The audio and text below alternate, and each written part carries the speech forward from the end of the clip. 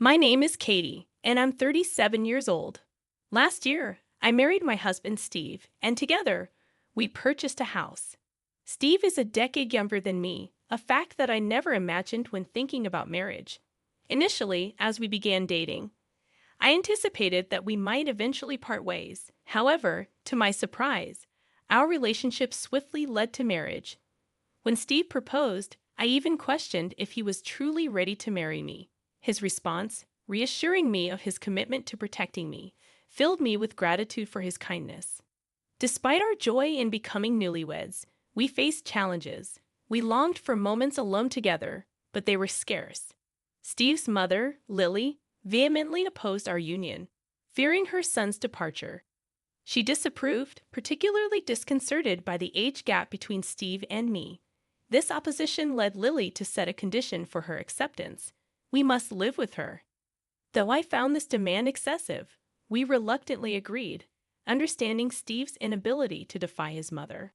My own upbringing instilled in me a sense of duty towards parental figures, so I felt compelled to reciprocate Lily's care. Despite my desire to foster a harmonious relationship with her, Lily's disapproval persisted. Hoping to change her perception, we moved into the home we purchased, aiming to demonstrate our commitment to each other and gain her approval. However, our optimism proved misplaced. Lily's criticism of me only intensified, focusing on trivial matters like household chores. Despite my efforts to explain my workload, she dismissed my explanations, asserting her authority over me. Any attempt to challenge her only fueled her hostility towards me. Steve, witnessing his mother's mistreatment of me, intervened, defending me from her verbal assaults.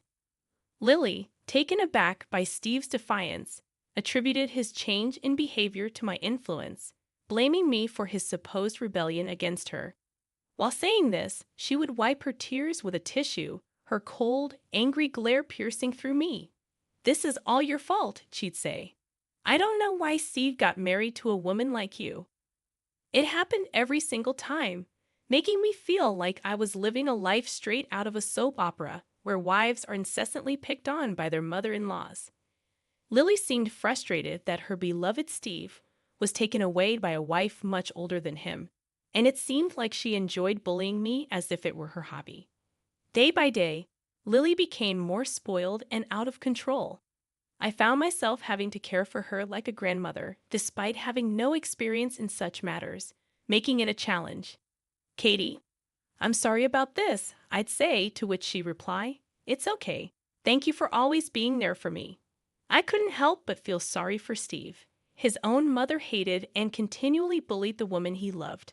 Though he tried many times to get her to move out, I couldn't agree to his idea. I felt a sense of pity for Lily, believing that if I endured her behavior, she might one day understand and change for the better. That's what I believed. But Lily's verbal abuse towards me persisted. On the first New Year's Day after our marriage, we gathered at a relative's house. Lily, who usually never left the house, was unusually happy to see and talk with people, her excited mood evident to everyone. Every day, Katie makes excuses that she has work, but in reality, she doesn't do anything at all. Lily exclaimed, airing her grievances to our relatives. "Can you believe that? If she did that during our generation, it would be unacceptable, right? I really don't know where she got her common sense." She continued to speak ill of me, even in the presence of our relatives, her voice reaching me in the kitchen where I stood. One of my husband's relatives, Lisa, who was with me, expressed concern, noting my apparent distress. "Katie, it looks like you're having a hard time, aren't you?" Lisa asked, her expression filled with worry. I couldn't help but acknowledge the truth. Living with Lily is not a comforting experience, isn't it? I admitted, feeling the weight of the situation. Lisa nodded sympathetically, especially with Lily being like that. Feeling a sense of relief and confiding my true feelings, I responded, "Well, actually, you're right." Then, without hesitation, I asked, "Why don't you talk to Helen about it?" Helen is Steve's aunt and Lily's sister, an older sibling known for her kindness and reliability. But would she even listen to me complaining about her own sister? I wondered to myself. "Katie, I heard a loud voice echoing through the kitchen. Lily was clearly in the wrong now. You always make me keep asking you to bring me more drinks because we're out of it.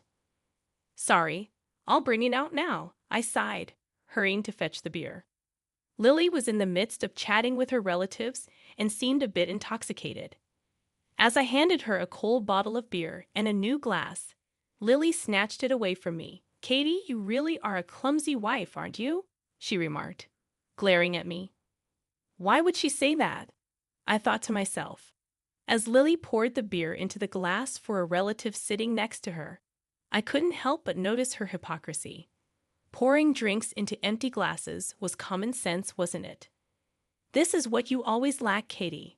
You're really a useless person with a bad upbringing.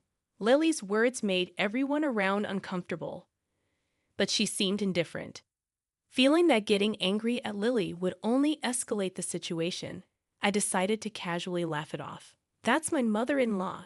She really knows her way around drinks. I learn a lot from you, Lily, I remarked with my usual business smile. Lily also smiled, seemingly satisfied with herself. Katie, are you all right? It was Lily's sister, Helen, who spoke to me, clearly concerned by my exhaustion. I'm really sorry about my sister. It's always so difficult to deal with her, isn't it? Helen empathized. Oh, no, I denied that I was fed up with Lily and couldn't manage to lie convincingly in front of Helen. Living together with Lily, is it difficult? It actually is. Lily doesn't seem to like me at all, I confessed, venting my frustrations to Helen. Helen listened attentively to every word I said and finally offered, if you have any problems, you can always talk to me. Her kind and reassuring words touched me deeply, making me feel as though she were like a real mother to me. Yes, I have a kind ally who will help me when I'm really in trouble, I thought, feeling a bit better as I carried on with the New Year's holiday. Thank you. And I'm sorry for what happened, Katie. Helen apologized on behalf of her mother. Oh, it's okay. Lily was drunk, and because of that, I'm sure she just got carried away. I tried to rationalize, though deep down, I knew I was being too naive about Lily's behavior. Her verbal abuse toward me persisted, despite my efforts not to argue back. The family events hosted by Steve's relatives were frequent, and every time, I found myself forcefully sent out by Lily to assist. Although Steve assured me that I didn't have to attend if I was busy, Lily's insistence always prevailed, and each time I endured verbal abuse from her. Katie, don't get carried away just because you have a job, Lily would admonish. A wife should always stand 3 steps behind her husband and quietly watch over him. You think you're equal with Steve, but he's a better man than you. You don't understand anything. Her public verbal assaults in front of my relatives became routine, leaving me feeling humiliated and powerless. Steve attempted to intervene, but I felt too uncomfortable to draw further attention to the situation during these lively gatherings. Then, one day at a family gathering, Lily uttered something so cruel that I reached my breaking point. Amidst the usual banter and drinks, Lily's words cut deep. What does my son even see in Katie? Lily remarked casually. I really shouldn't have allowed him to marry her. She can't even get pregnant, so what's the point of their marriage? Don't you think so? She sought agreement from those around her, her tone dripping with disdain. The air grew tense as Steve's hand trembled, and I accidentally dropped the tray I was holding. What'd you just say, Mother? Steve's voice was low, his anger barely contained. I only said, if she can't get pregnant. What's the point of your marriage with Katie? Lily defended, oblivious to the hurtful implications of her words. Marriage at 37 means she's given up on getting pregnant, right? That's why I was against the marriage, but you wouldn't listen to me. It's too late to regret anything. I wondered if Lily truly grasped the gravity of her words. Steve and I did want children, and though my chances were slim at nearly 40, I had begun fertility treatments without informing Lily. I knew revealing this would only invite more criticism. Hey, Katie, let's make this clear once and for all. Lily continued callously. If you don't want to have kids, then get divorced already. Steve is still young, so he can start over as much as he wants. Okay. At that moment, something inside me snapped. The wiring that I had worked so hard to endure all this time had snapped with the words kids and divorce. You really hate me, don't you, Lily? I finally confronted her. Yes, I do hate you, Lily responded, looking at me with a twisted smile. Okay then. Well, just now, we are no longer living together anymore. Could you please leave my house, Lily? I demanded firmly. What are you talking about? You're crazy, Lily scoffed, trying to dismiss my words as a joke in front of our relatives. I'm sorry, but I'm not joking at all. You cannot stay in our house any longer, I insisted, my resolve unwavering. Sensing the shift in the atmosphere, all the relatives instantly moved away from us, giving us space. What are you talking about? If you hate me so much, then why are you living in our house? You have no right to demand me to leave. Lily retorted, visibly shocked. Oh yes, I do. That house is mine. It is up to me whether I let you live there or kick you out, Lily, I asserted. Lily turned to Steve, seeking his support. Wait a minute, Steve. What's the meaning of all this? She pleaded. Mom, I told you many times, didn't I? Don't make fun of Katie too much. Steve responded coldly. I told you that Katie built that house by herself, didn't I? Why can't you even remember something so important? Because normally, it should be the husband who builds the house, right? Lily retorted, revealing her outdated beliefs. Steve sighed in frustration. I was against moving in with you, Mother, but Katie insisted on having you live with us, so I had no choice. So that's enough. If you make fun of my wife anymore, even if you're my own mother, I will not allow it. With tears in her eyes, Lily argued back, Excuse me? No way. You're kidding, right, Steve? Aren't you on my side? Your side? I'm more like your enemy, Mother. I can't believe that you're my own mother who verbally abuses my beloved wife like this, Steve retorted, his tone heavy with disappointment. Oh, Steve, why? Lily burst into tears, clinging desperately to Steve, but it was already too late. Anyways, please pack your bags by the end of this week, I interjected firmly, meeting Lily's gaze with resolve. No way, Katie. Please, wait a minute. I apologize for everything I've done. Let's continue to live happily together, okay? Lily pleaded, trying to brush off the situation, as if nothing had happened. I can't do that. I can't live any longer with someone who doesn't have a shred of gratitude. Please stay away from me and get out of my house as soon as possible. I am the landlord here, I stated, unyielding. Mother, it is what it is. So get ready to leave. We won't help you, Steve added, his tone final.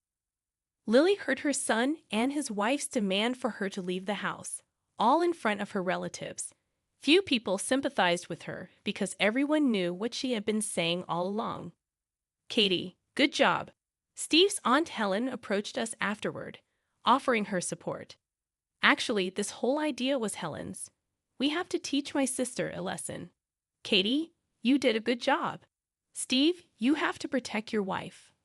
Auntie, thank you for helping me save Katie. Steve expressed his gratitude. Helena and I had actually been in touch with each other frequently. Whenever I couldn't stand Lily's abuse, I would always consult Helen about it. She always supported me gently. It's okay. Don't you worry about such things. I will be monitoring Lily from now on. So you both should just think about living your lives first. Helen reassured us. After that, I asked Lily to leave our house as planned. Helen was the one who strictly got angry at Lily, although she resisted to the very end.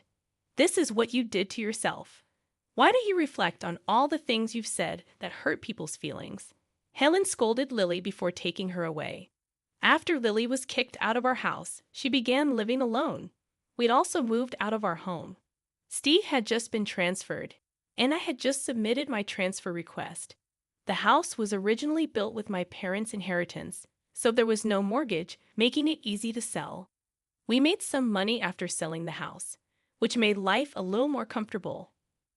If Lily were to visit our previous home, she would surely feel lonely and hopeless. We knew this and chose to part ways. I'm home, Steve announced as he entered the door. Welcome home, honey, I greeted him, rubbing my big stomach. I'm looking forward to our baby. I'm finally becoming a father, Steve exclaimed with joy. I'm counting on you, sweetie. Soon, we will be parents, I replied, feeling grateful for Steve's unwavering support. Steve was determined to protect me, even if he had to cut ties off from his own mother. No matter what happens, we can get through it as a couple. I'm so glad that I married him. I believe that with all my heart.